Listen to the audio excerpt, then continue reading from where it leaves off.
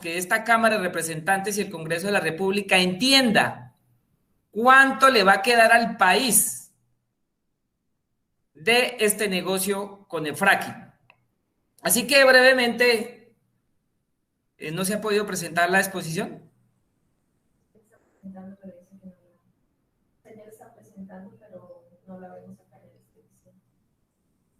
Perdón, presidente, mientras se pone la exposición. Ah, ok.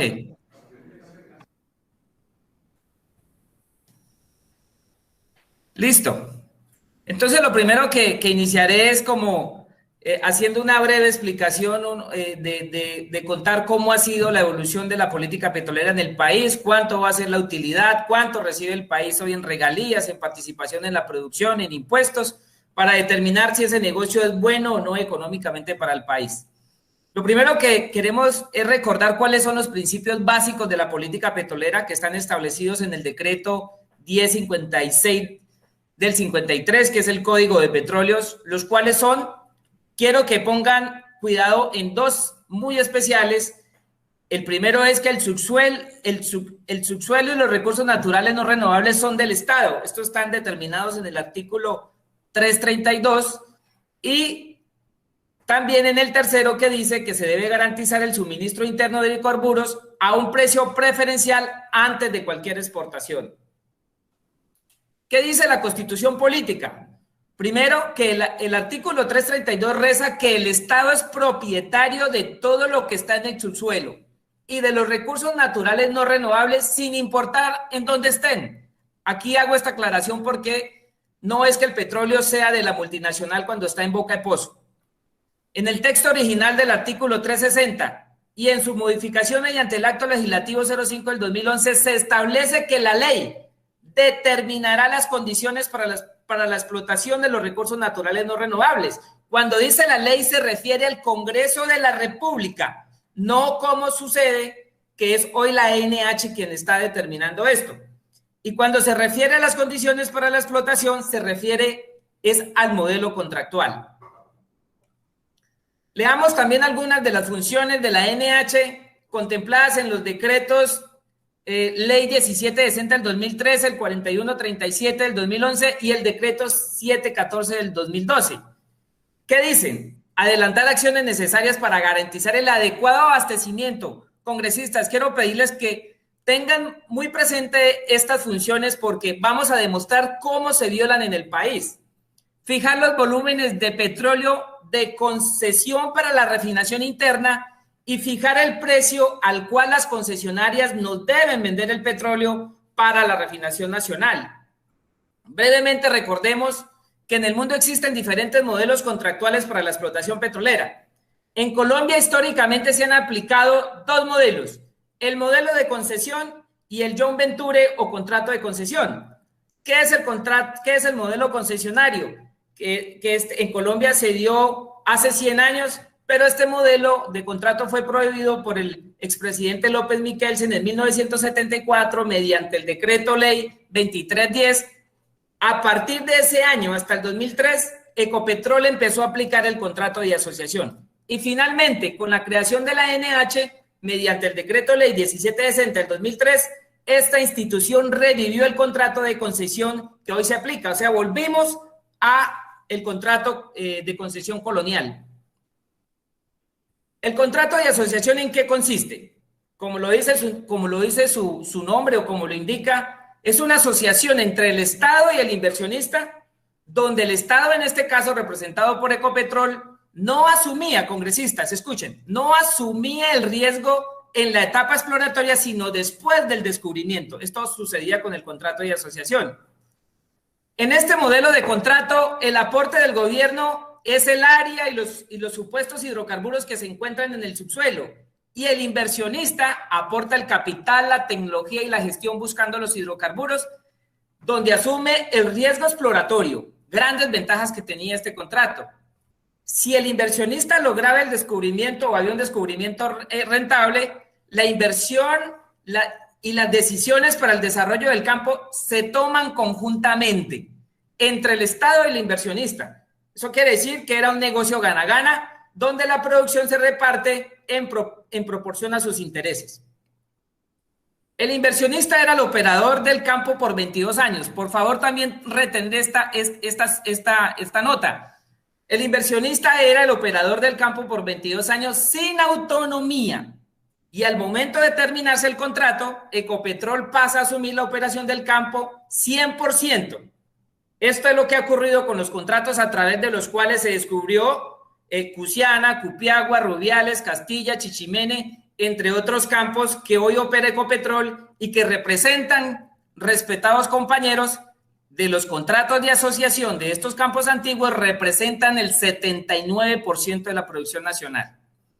Mientras que la filosofía del modelo concesionario consiste en transferir al inversionista los derechos sobre los hidrocarburos producidos y el Estado recibe una compensación a título de regalías, o sea que se desprende de la participación en la producción. Actualmente, esto sucede en el mundo, no en Colombia, actualmente en las concesiones modernas no se transfiere la propiedad de las reservas al inversionista, sino que el hidrocarburo es entregado al Estado, y eso lo vemos, por ejemplo, en Argentina, en Ecuador, donde la concesionaria no puede exportar el crudo y se lo debe entregar al Estado y el Estado le paga una tarifa por barril extraído. Normalmente, en los contratos concesionarios modernos, al inversionista se le obliga a satisfacer la demanda interna. Esto es en los contratos, digamos, a nivel mundial, a un precio preferencial, y el excedente sí lo puede exportar, como ocurría aquí en Colombia con el contrato de asociación, incluso con la antigua concesión que se aplicó desde hace 100 años y que López Michelsen lo prohibió en 1974. Vamos a analizar en qué condiciones se establecieron, compañeros acá, doctor Ballesteros. Vamos a analizar qué condiciones se establecieron en los 535 contratos de concesión que ha firmado la NH desde el 2004. Y leyendo los contratos encontramos que en cuanto a la disponibilidad de producción, estas son copias de contratos de concesión.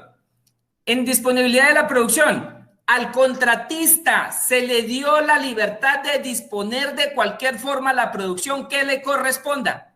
Esto significa que no está obligado a garantizar el suministro interno. Violamos primer principio de la política petrolera. Sin embargo, si el concesionario decide vender su crudo para la refinación interna, ¿qué dice ahí? En los contratos quedó establecido que se le pagará a un precio internacional. ¿En dónde está que nos lo tienen que pagar a un precio preferencial? Violamos otro principio de la política petrolera. O sea que el crudo que extraen de nuestro subsuelo, ese recurso natural no renovable que según la Constitución es del Estado, es decir, de todos los colombianos, se le debe pagar a un precio internacional como se estableció en la resolución 181709 del 2003. Se viola otro principio de la política petrolera en Colombia. Y los invito, compañeros, a leer esta resolución, donde podrán constatar que el crudo que se les debe pagar a un precio internacional con un ajuste según la calidad del crudo, tal como ocurre en los mercados internacionales. Es que ni siquiera las regalías, queridos congresistas, están garantizando el suministro interno, pues el contrato no obliga, ahí pueden leerlo, que sean entregadas en especie para ser llevadas a nuestra refinería, como sí sucedía con los contratos de asociación y las antiguas concesiones, o sea, las concesiones de hace 100 años. Como pueden leer, ahí está encerrado, en los contratos de la Agencia Nacional de Hidrocarburos está contemplado que el contratista debe comercializar las regalías y pagárselas a la NH en dinero, haciéndole los descuentos pertinentes. Y además, mire esto es una fresita. Además de que no nos las pagan en especie, sino en dinero, le hacen descuentos por operación, transporte, almacenamiento, trasiego y comercialización. En resumen, el modelo concesionario de la NH viola dos principios básicos de la política petrolera y dos artículos de la Constitución. En primer lugar, le entrega al concesionario la propiedad de los hidrocarburos a darle libre disponibilidad de los mismos, y en segundo lugar, tampoco está garantizando el abastecimiento interno y mucho menos a un precio preferencial, y eso está dentro de los contratos de concesión. Y compañeros, en ningún artículo de la Constitución dice que los recursos naturales no renovables sean del Estado sean del Estado en el subsuelo y del inversionista cuando lo sacan a superficie. Esa es una interpretación equivocada y errada, incluso inconstitucional, que le está haciendo el gobierno, porque cuando sale a boca de pozo, el petróleo pasa a ser de la concesionaria. Como las condiciones para la explotación de los hidrocarburos la estableció la ANH a través de los acuerdos 0810 del 2004 y no la ley como lo establece el artículo 360 de la Constitución, la ANH ha asumido funciones del Congreso violando la jerarquía jurídica y la Constitución. Por lo cual, compañeros, es una necesidad urgente para el bien del país que esta corporación apruebe una ley donde se determinen las condiciones para la exploración y explotación de hidrocarburos, tal y como se hizo con la explotación minera con la expedición de la ley 685 del 2001. Aquí quería llegar, compañeros. Doctor Luciano, usted como uno de los autores y el doctor Rubén, si está aquí presente, a esto quería llegar. Este es el objeto de este debate y es conocer los derechos económicos que nos dejaría el fracking, doctor Ballesteros. Por lo cual es necesario conocer en qué consiste la renta petrolera y el government aid. Recuerden ustedes que alguna vez tuve una discusión con el ministro Mesa sobre el government aid y la renta petrolera. Y calcular cuánto le quedaría al país de ese negocio, por lo que se hace necesario que lo analicemos en cada modelo de contrato y empezaré con el contrato de asociación. Vamos a simular los cálculos, partiendo de un precio por barril de $65, que ha sido el precio promedio de los últimos meses, y el costo promedio por barril de $18 que tiene Ecopetrol. Según Ecopetrol, ese es el costo promedio de un barril, $18. Al restar los $18, al ingreso por venta queda una ganancia operacional antes de impuestos de $47. Esa ganancia bruta se conoce como renta petrolera. Ahora, el government aid para el contrato de asociación se calcula. Esta es la fórmula, aquí la pueden ver abajo. Sumando las regalías más la participación en la producción para el Estado más los impuestos, y dicha suma se divide por la ganancia bruta o la renta petrolera, obteniendo la participación del gobierno o el Estado en la ganancia que deja el negocio. Normalmente esta participación se da en porcentaje, como lo vamos a presentar. Entonces aquí vamos a ver el government aid y la tasa de participación del gobierno en la renta petrolera del contrato de asociación estándar, que Ecopetrol aplicó de los ajustes de 1990, para esa época con ese contrato de asociación estándar, era del 76%, compañeros. Era del 76.32%, donde se observa que los ingresos más significativos para el Estado y que aún lo son con los contratos vigentes que tiene la Ecopetrol, son las regalías que se liquidaban a una tasa del 20%, la participación en la producción que era del 50% después de descontar regalías, y los impuestos sin los descuentos tributarios representaban tan solo un 16% de los ingresos que el Estado recibía de la industria petrolera. Este era la época maravilla, la época dorada de la industria petrolera, cuando al país le quedaba una utilidad en la renta petrolera del 76%. Con los cambios regresivos en el gobierno de Pastrana. Por un lado, la participación en la producción para el inversionista pasó a ser del 70%, ya no es 50-50, sino 70-30, 70 para la multinacional, 30 para el país, y este modelo de contrato es conocido como el contrato de asociación 70-30. Por otro lado, la tasa de liquidación de regalías pasó del 20% al modelo escalonado establecido en el artículo 16 de la ley 756 del 2002, el cual sigue vigente actualmente.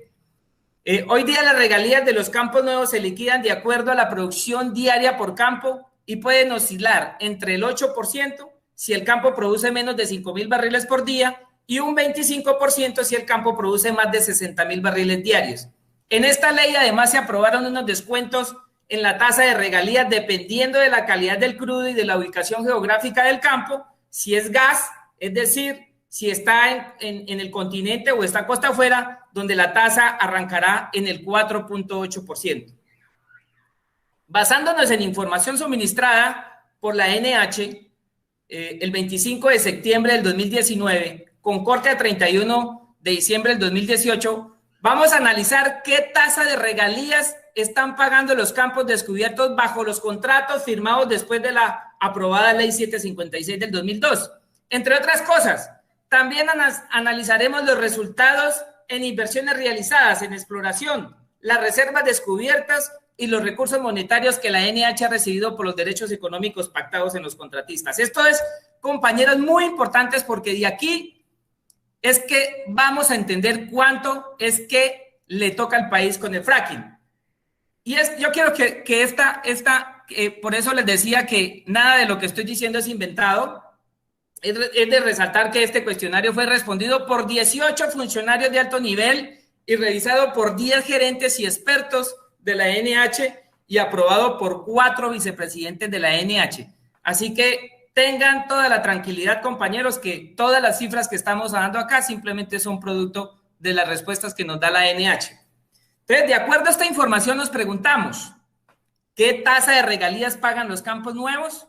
Como podemos observar ahí, los campos de gas pagan 6,4% debido al descuento del 20% y los campos de crudo pagan alrededor del 8% o menos. ¿Y por qué observamos estas tasas tan bajitas?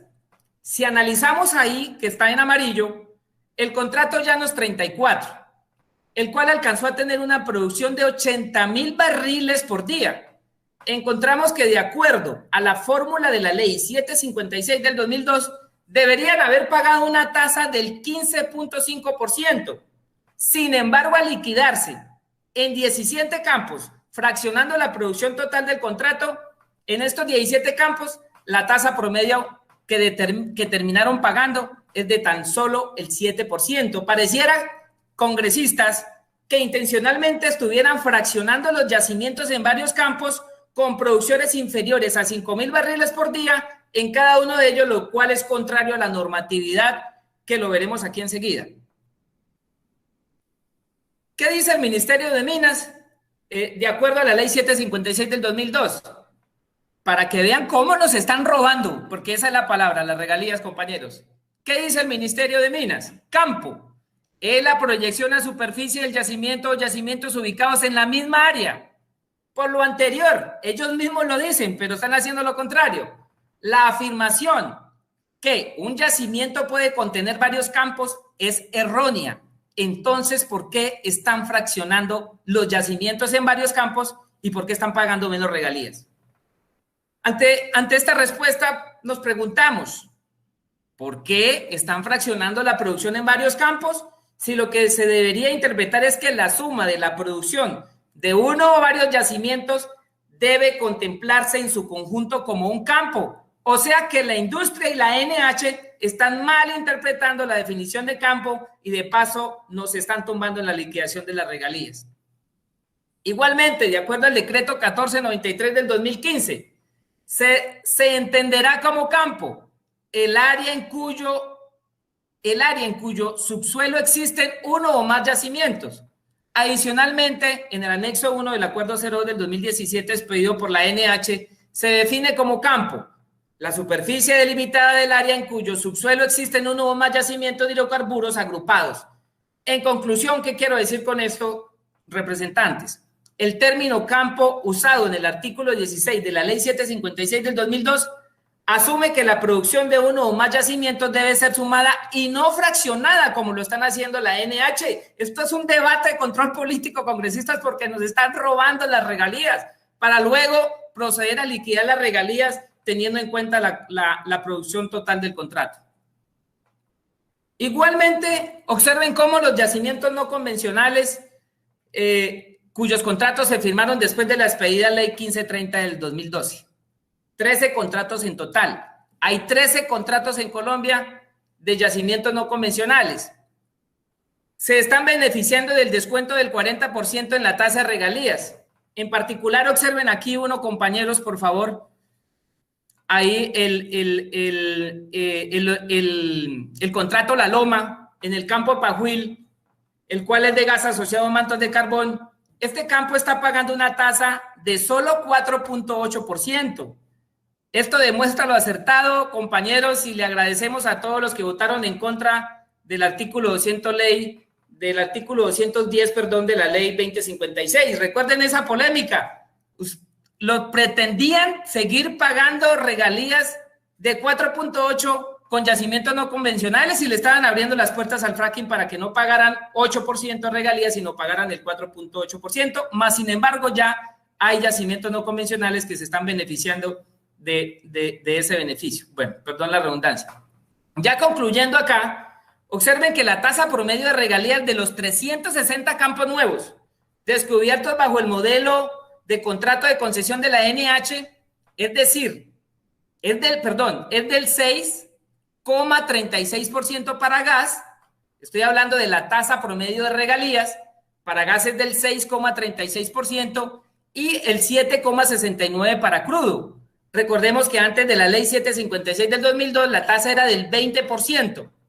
Eso quiere decir que el Estado con esta reforma se desprendió de más del 60% de las regalías, pasando, compañeros, Colombia a ser el país con la tasa de regalías más bajas del mundo. Entonces, teniendo en cuenta estos cambios, el Government Take de los contratos firmados desde la ronda 2000 hasta el 2003 con el modelo 70-30 bajó al 59%. Abajo lo pueden ver donde dice el Estado perdió el 17%. Donde observamos que el Estado perdió un 17,32% de su participación en la renta petrolera. Hay que resaltar que con estos cambios hechos durante el gobierno de Pastrana, los ingresos más significativos para el Estado son la participación en la producción y los impuestos.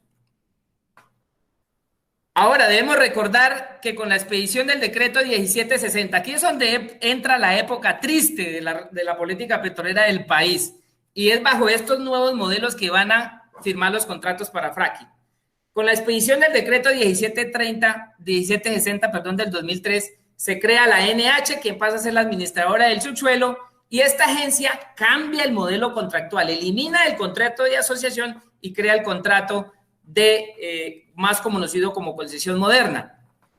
En este nuevo modelo de contrato, la NH agrega al Government Take nuevos derechos como la participación por precios altos, la transferencia de tecnologías y los derechos por uso de subsuelo. Pero vamos a ver qué significa eso, porque eso a la final representa migajas, como alguna vez se lo dije al ministro.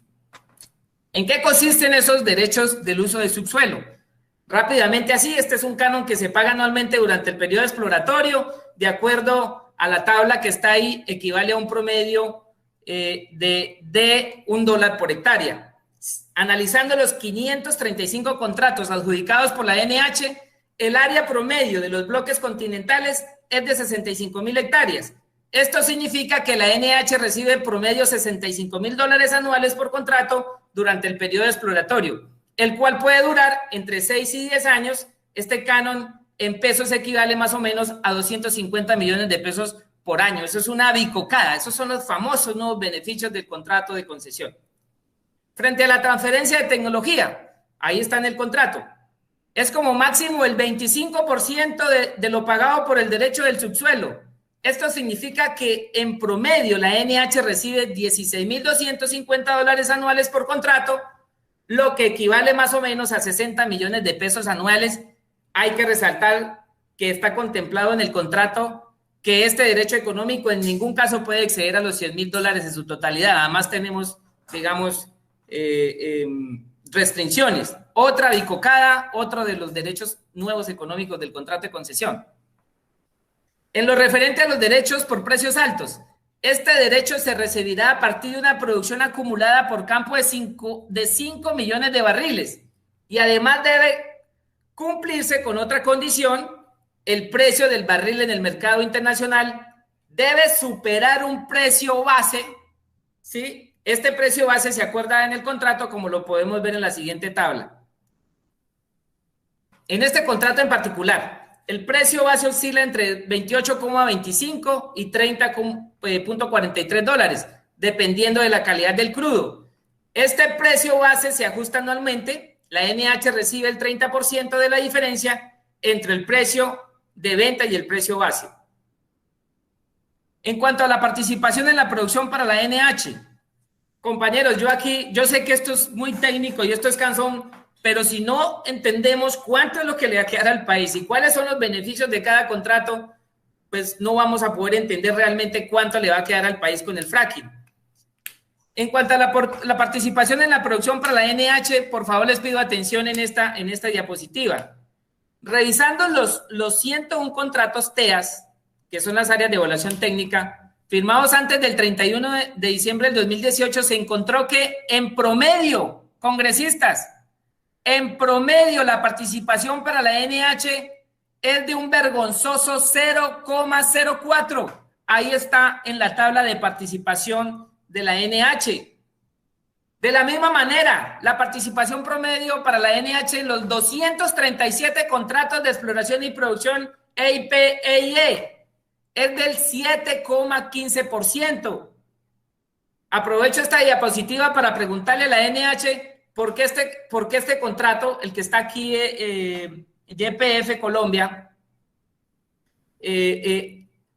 aún está vigente si observamos que la inversión ejecutada es cero. Recordemos que el periodo exploratorio, compañeros, es de 6 años y no se invierte. El contrato debe darse por terminado unilateralmente.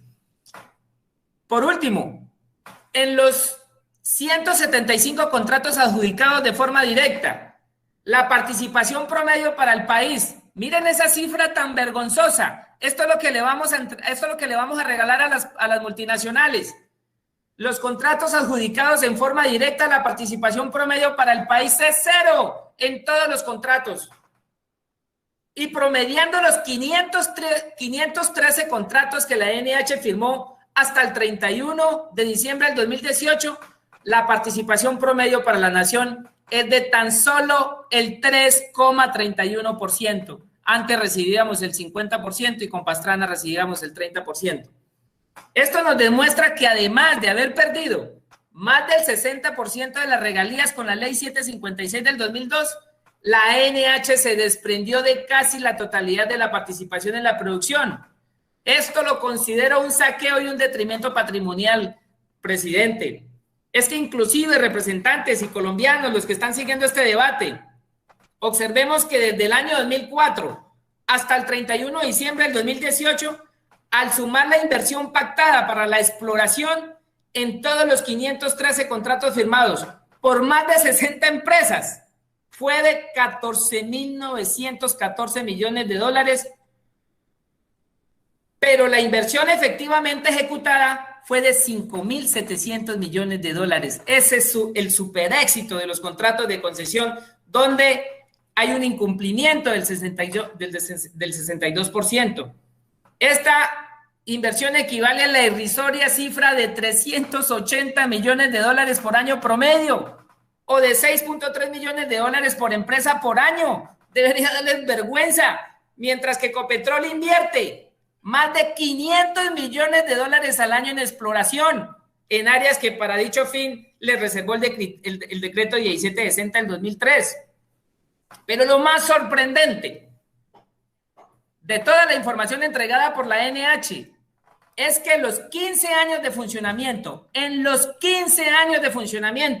a corte de diciembre del 2018, la totalidad de los recursos recibidos por todo concepto fue de 5.89 millones de pesos, donde el derecho al uso del subsuelo representa el 4.6% de la inversión ejecutada en exploración. La transferencia de tecnología representó el 3% de dicha inversión, pero este rubro solo representa el 7,3% del derecho del uso del subsuelo y no del 25% como lo establece el contrato. Más regalos ilegales, porque es incumplir la normatividad. Y lo más significativo que recibió la NH fue participación por precios altos, lo cual triplica, lo pueden observar ahí, lo recibido por participación en la producción. O sea, ya no es la participación en la producción, sino es los precios, la participación por precios altos, como ya lo vimos. Es del 3.31% en promedio.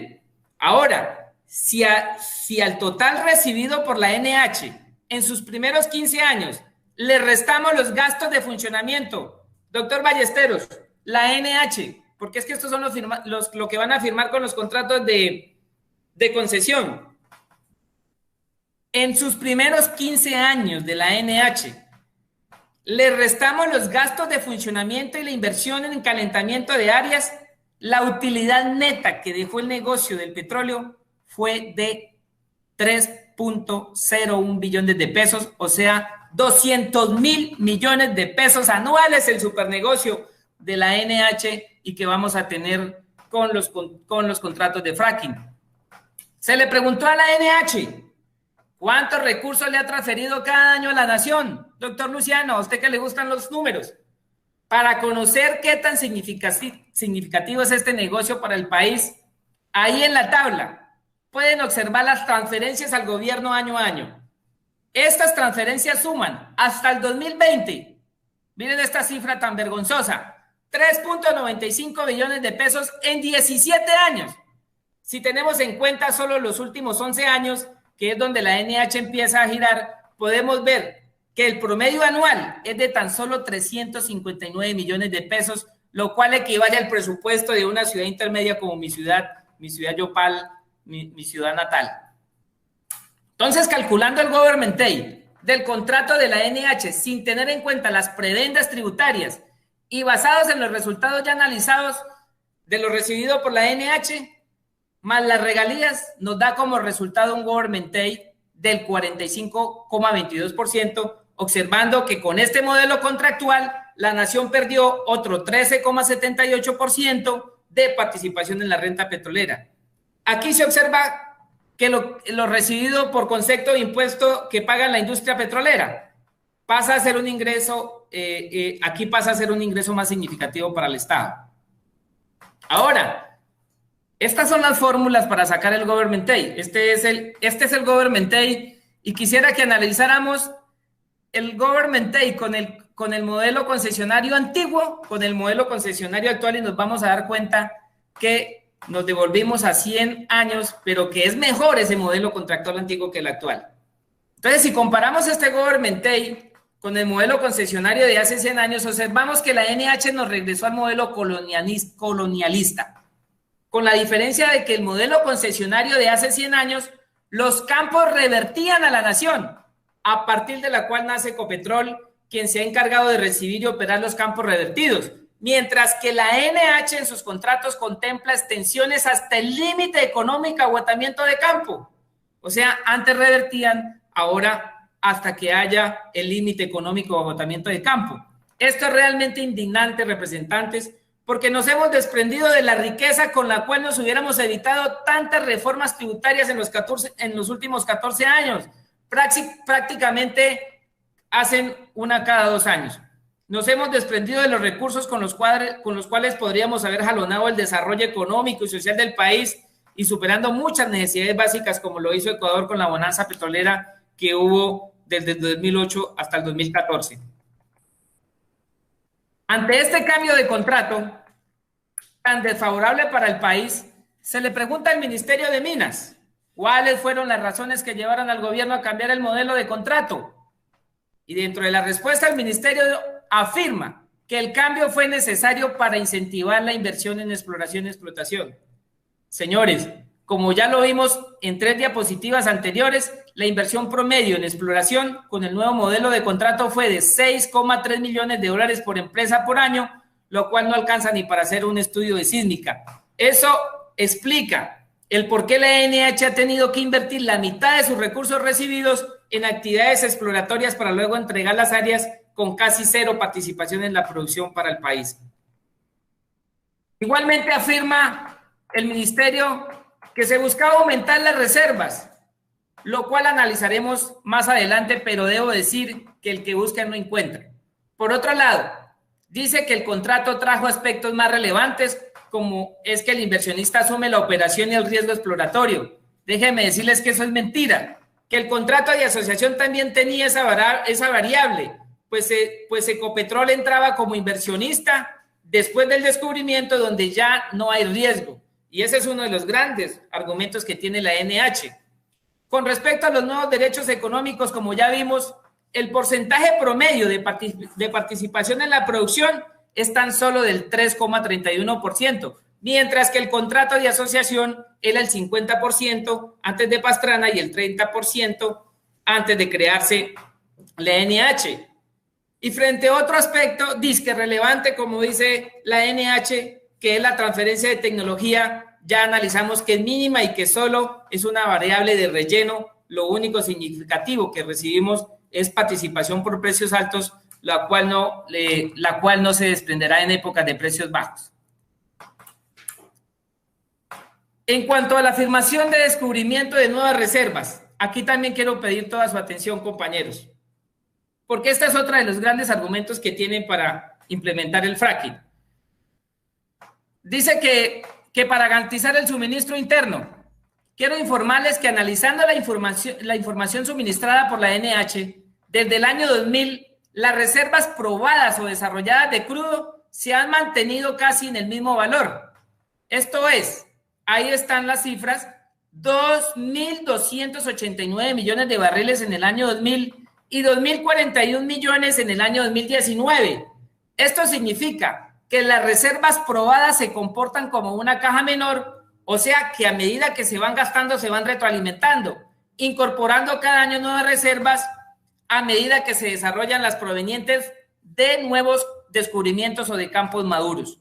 Como lo podemos observar en la tabla, donde es evidente que en los últimos 20 años se produjeron 5.449 millones de barriles, pero también se incorporaron 5.002 millones, de los cuales solo 208 millones provinieron de los descubrimientos nuevos, o sea, de los contratos de concesión.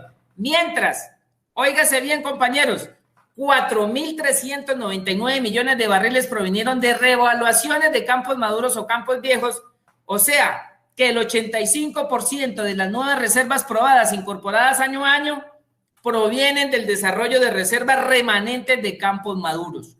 Como lo certifica la NH, en el país se han descubierto a corte del 31 de diciembre del 2019 65.449 millones de barriles, de los cuales se han producido 10.387 millones de barriles, equivalentes a un factor de recobro del 15.9%, lo que indica que abajo, en los yacimientos, nos queda más del 80% del crudo que se ha descubierto. Y si mantenemos el ritmo de los últimos 20 años, incorporando reservas probadas de campos maduros hasta lograr el factor de recobro promedio mundial, que es del 35%, tendremos autosuficiencia por más de 30 años y no de 7 años, como lo dice el gobierno, asustándonos para que le aprobemos el fracking. Ahí está frente a las reservas probadas de gas. Ocurre lo mismo, congresistas. De tal forma que hoy mantenemos las mismas reservas probadas que teníamos en el año 2000, pues se han venido incorporando nuevas reservas probadas año a año, sobre todo de campos maduros, los cuales han aportado el 88% de esas nuevas reservas. De la misma manera, la NH certifica que históricamente se han descubierto 26.9 terapiés cúbicos de gas, de las cuales se han producido 10.4 terapiés cúbicos, equivalentes a un factor de recobro del 39%.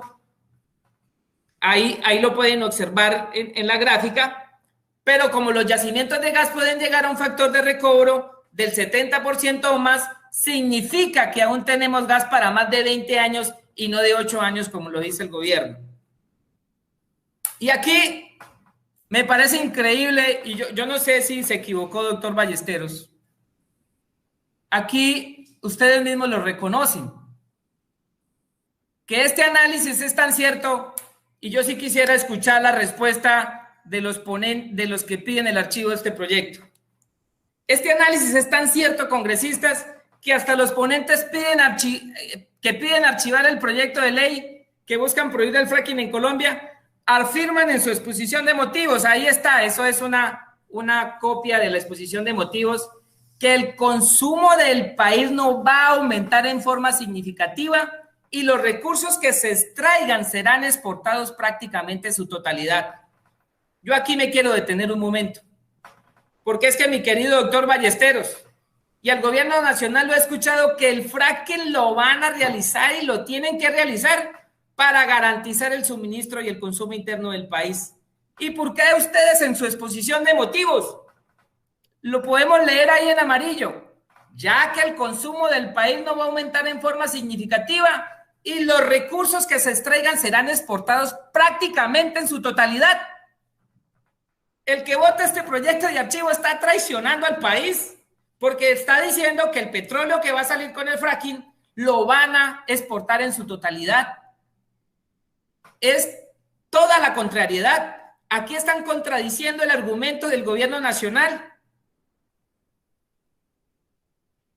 Y otra prueba de lo anterior es que según la NH, el gas producido y fiscalizado en noviembre del año pasado fue de 1.943 millones de pies cúbicos por día, pero solo se comercializan, mire compañeros, el otro argumento, mira lo que dice el gobierno, y estas son cifras del mismo gobierno. El gas producido y fiscalizado en noviembre del año pasado fue de 1.943 millones de pies cúbicos por día, pero solo se comercializaron 1.098.000.000 de pies cúbicos por día. ¿Qué significa eso? Que la diferencia, los 845 millones de pies cúbicos por día fueron reinyectados al yacimiento, congresistas. ¿Qué quiere decir eso? Que no tenemos gas, pero por día sí estamos reinyectando 485 millones de pies cúbicos por día. Estas son cifras de la NH. Entonces ese argumento también es una gran mentira. Concluyendo este tema de reservas, según las estadísticas aportadas por la NH, las reservas probadas de crudo acumuladas que se han descubierto y desarrollado bajo el nuevo modelo concesionario, repito, en forma acumulada son de 535 millones de barriles, o sea, solo el 10% de las reservas probadas que se han incorporado en el mismo periodo. Y en cuanto a las reservas probadas de gas, este contrato concesionario ha aportado algo más de 500 gigapies cúbicos, equivalente al 7,4% de las reservas probadas incorporadas en el mismo periodo. Ahí están las cifras del mismo ministerio y de la Agencia Nacional de Hidrocarburos. Ahora vamos a analizar qué efecto tiene el Government Take, las rentas petroleras, las rentas exentas, las deducciones y los descuentos tributarios, que ese es como el otro supuesto beneficio. Y para poder responder estos interrogantes nos basamos en respuestas de la DIAN que le dio el Congreso de la República. Voy a tratar de agilizar más rápido. En primer lugar, se le pidió a la DIAN enumerar las prebendas y beneficios tributarios vigentes para el sector, y en la matriz reporta algunos beneficios exclusivos. Compañeros, las petroleras tienen beneficios exclusivos, diferentes a los beneficios concedidos de manera general a todos los contribuyentes. Aquí la DIAN reporta el costo fiscal de dichos beneficios tributarios exclusivos del sector, el cual suma 4.25 billones de pesos en 10 años. Ese ha sido el costo fiscal de esos dichos beneficios tributarios exclusivos. También le preguntamos a la DIAN si las empresas petroleras pueden descontar antes de impuestos como un costo de las regalías que pagan. Y respondió que según la sentencia 23382 del 2020 del Consejo de Estado, las empresas sí pueden descontar las regalías antes de impuestos. De esta manera que a la industria petrolera se le disminuye la renta líquida gravable pagando un impuesto a la renta menor. También le preguntamos a la DIAN si las empresas petroleras le devuelven el IVA cuando exportan el crudo. ¿Y qué indicaron? El costo fiscal para el país. La respuesta fue que del 2012 hasta septiembre del año pasado se le devolvieron, congresistas, miren esto, se le devolvieron 9.1 billones en IVA. Esa es otra razón por la cual las petroleras del fracking prefieren exportar el crudo. Recuerde que si lo exportan le devuelven el IVA. Entonces, ¿dónde está garantizado el suministro interno y la soberanía mineroenergética del país? Que en lugar de venderlo para refinación interna, ¿en qué cabeza, señores, cabe dar semejantes gabelas? De por Dios, ¿en qué país estamos? Otro de los grandes errores, como lo certifica la DIAN, es que las empresas petroleras extranjeras pueden girar el 100% de sus utilidades a sus casas matrices, y no pagan impuesto de remesa, cohibiéndonos de un circulante que podría dinamizar la economía del país, como ocurre en los países industrializados. Y por último, se le preguntó si las empresas petroleras pagan un impuesto al patrimonio, y la respuesta fue que no son sujetos pasivos de dicho impuesto. A manera de conclusión, los beneficios tributarios del sector extractivo, minero, hidrocarburos, consultando con la página de la IAS, de la DIAN, en el enlace que ahí aparece, encontramos que el costo fiscal para el país del 2010 al 2016 suma la bobadita de 55.3 billones de pesos perdonados en impuestos al sector. Falta sumar lo que se les perdona en los últimos 4 años.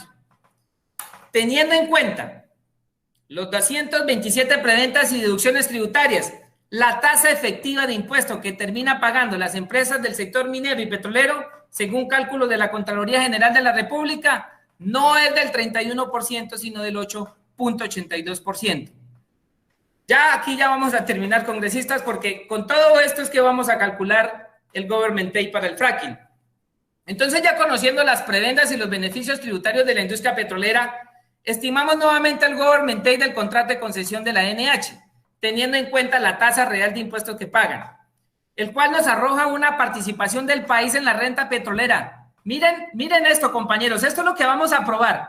Esto es lo que quiere hoy con esta proposición de archivo y darle la entrada al fracking. La renta petrolera para el país es del 27,6%. Observemos que con tantas prebendas tributarias se perdió el 17,62% de la participación de la renta petrolera. Igualmente podemos concluir que quien está llevando la mayor parte de esa renta petrolera, esto es el 72,4% de la ganancia que nos deja el negocio, es el inversionista. El inversionista con este modelo concesionario se lleva el 72,4% y el país tan solo se está quedando con un 27,6%. Si quiere, pasemos rápidamente, ingeniero, a la diapositiva 57. Entonces, como sé que me van a decir que el government take está mal, porque eso siempre es lo que responde el gobierno, y que realmente es el 74%, pues les voy a demostrar de dónde provienen los recursos que la industria petrolera le aporta al país. En primer lugar, debemos partir del hecho de que Ecopetrol es el mayor productor de hidrocarburos y que opera los campos más importantes, los cuales fueron recibidos después del 1 de enero de 1994, como es Castilla, Chichimene, Cusiana, Cupiagua, Pautofloreña, Volcanera, entre otros campos que fueron los grandes descubrimientos que ya traían una tasa de regalías del 20% y que por mandato del artículo 39 de la Ley 756 del 2002 tienen que pagar un 12% adicional de regalías. O sea que Ecopetrol en estos campos paga una tasa de regalías del 32%.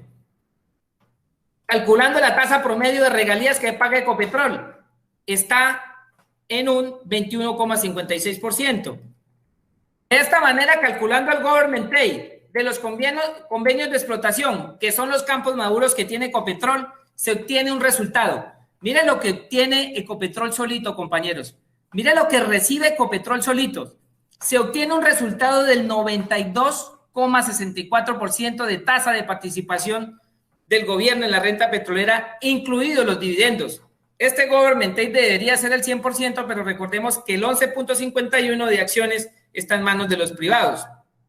De la misma manera, hicimos el cálculo del government take para los 40 contratos de asociación vigentes, incluidos los extendidos como Caño Limón, Chuchupa, Payoa, Apón, entre otros, arrojando estos contratos, estos 40 contratos, arrojan un 73,62% de la participación del gobierno en la renta petrolera. Aquí está, miren, ese 74,13% que dice promedio nacional es lo que muestra la NH, el gobierno y el ANLA, y la Asociación Colombiana de Petróleos. Este fue el agarrón que tuve con el ministro. Recuerden ustedes, compañeros, donde me decía que el government take para el país era el 76%, pero lo que no le dicen al país es que en realidad el país está recibiendo el 27,6% y les explico aquí por qué. Entonces, teniendo en cuenta el government take de cada modelo de contrato y promediándolos de acuerdo a la producción proporcional en cada uno de ellos, obtenemos un government take promedio nacional que es del 74,3%. Este promedio es el government take que muestra el gobierno y la industria petrolera privada. Lo que no dicen es que el government take de los contratos de la NH es del 27,6% y que ese contrato es el que viene firmando y seguirá firmando tanto para yacimiento convencional como para yacimiento no convencional. Recuerden que los contratos de asociación ya no se firman en este país y que el día en que se agoten los campos viejos, el negocio para el país va a ser irrisorio. Déjenme decirles y advertirles, y grábenlo si quieren, compañeros, que el día en que se agoten estos campos maduros de Ecopetrol, vamos a depender de lo que nos den, de los nuevos campos descubiertos bajo el contrato de la NH, donde sumando las regalías y la poca producción que nos dan, no alcanza el 10% de lo que produzcan. O sea que si el fracking, este es un buen ejemplo, que si el fracking llega a 1 millón de barriles días, escasamente nos darán 100,000 barriles. Y recuerden que las refinerías necesitan más de 400,000 barriles por día. Les pregunto, compañeros, ¿cuál es la autosuficiencia del fracking de la que tanto hablan acá? Seguramente también me van a decir que el government take para yacimientos no convencional es diferente al calculado, pues el costo por barril es mucho más alto y para eso también nos preparamos y sacamos el cálculo teniendo en cuenta un costo por barril de $38, que es el precio estimado como punto de equilibrio para hacer viable el fracking. Para calcular el government take que nos dejará el fracking, también debemos hacer unos ajustes en las variables participación en la producción para el país, lo cual lo hicimos teniendo en cuenta un porcentaje de participación en los 13 contratos que ya se han firmado. Estos son 13 contratos de yacimientos no convencionales, donde encontramos, mire compañeros, ya voy a terminar, pero por favor miren esta presentación, compañeros, solo les pido eso. Estos son yacimientos no convencionales. Para calcular el government take que nos dejará el fracking, debemos hacer ajustes en la variable participación en la producción para el país. Doctor Luciano, ¿cuánto mira ahí usted de participación con contratos con yacimientos no convencionales? Ahí dice, dice participación en la producción 1, 1, 1, 1, 2, 0, 1. Quiere decir que del 100% solo nos van a dar 1, o de 100 barriles nos van a dar 1 barril. Lo cual hicimos teniendo en cuenta el porcentaje de los 13 contratos que ya se han firmado. Estos son los contratos que se han firmado, donde encontramos que el porcentaje de participación de producción es 0, 1, 2 y máximo 3, arrojando un promedio de participación para el país del 1.38. Y aquí, recordemos que después de desprendernos del más del 60% de las regalías y de casi toda la producción en el país y de casi todos los impuestos con beneficios tributarios, el ingreso más importante para el país pasó a ser la participación por precios altos. Pero en los contratos, ahora miren esto con fracking, pero en los contratos de yacimientos no convencionales, la NH ha puesto precios base por encima de $85 el barril. Lo que quiere decir que solo con precios superiores a $85 se disfrutará de dicho beneficio o de derecho económico. En otras palabras, en los contratos de yacimientos no convencionales se está renunciando a ese otro derecho económico. Representantes, ¿será que sí es bueno el negocio del fracking con esos precios tan altos que ponen para darnos participación por precios altos? Y para terminar,